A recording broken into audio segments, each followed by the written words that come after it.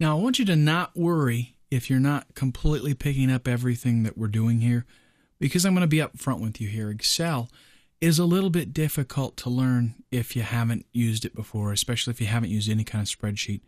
It's not like a lot of other programs where you can kind of go in there and it's geared to do something that's a pretty simple task, for example. It's one of your more complicated things. And of course, a lot of people don't really like working with numbers in the first place, but let's just face it, that's what Excel is all about.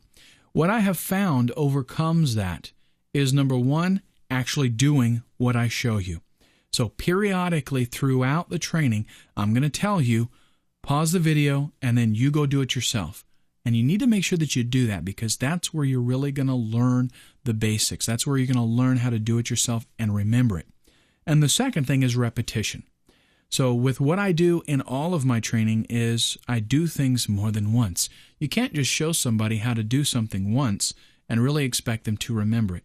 So you're going to see a lot of things get repeated, but that's the way that we learn. Repetition, repetition. So with that said, if you haven't done so already, pause the video now. Make sure you go in and repeat the last exercise. Go in there and bold the text, align it, set the size, the font, everything, and get it to where it looks pretty much like what you see now on the screen. Go ahead and pause the video, and I'll wait for you. Okay, so we're ready to go. The first thing we want to do is get Excel to do some work for us. We've been entering a lot of information here, and Excel is pretty much just sitting back and watching at this point. So we're going to get it to do something automatically, and that's calculate some values for us. Let's go ahead and select L5, and this is the first place that we want Excel to calculate something for us. And we want it to calculate the actual total based on the sales of 245 whiz-bang fuzzy wuzzies at a cost of $14.95 a piece.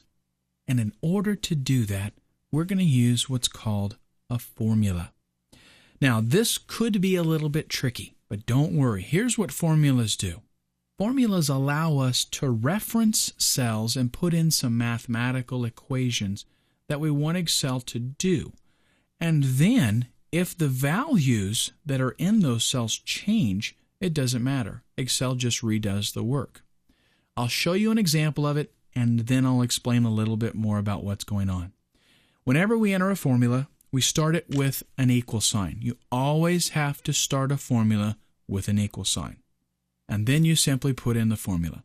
I'm going to use a really simple one right now, and that is J5. Notice that I typed J5 and that cell got highlighted.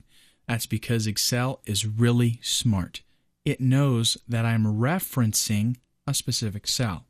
So whenever you type a combination like that, J5, H8, anything like that, Excel picks up on it pretty quick. Now here's what I want to do. I want to take J5, whatever value is in this cell, I want to multiply it by the value in this cell. So I'm going to hit the multiplication symbol, and that's the asterisk, and then I'm going to type K5. So let's go ahead and do K5 now, and also notice that that gets highlighted. Okay, different color, and it's color coordinated. How about that? So J5 is blue, as it is in our formula. K5 is green, as it is in our formula. Now watch what happens when I hit the Enter key. Boom, we get an instant calculation. Now the beauty of this is that if I change the value in either one of these cells, that information gets updated. So let's change this to 100 and hit Enter. Look at that, it changes to $14.95 right away.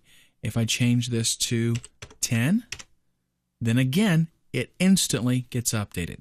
So let's go back to 245, and I'll hit the Tab key and change it to $14.95 and hit Enter again. So we get an updated value. Now, right now, this doesn't really look like currency, but that's something that we're going to fix once we've got all of the information entered in here. Okay?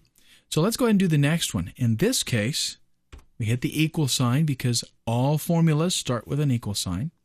And then we're going to reference this cell right here, which is J6. But watch how I do this. Instead of typing J6, I'm just going to click it.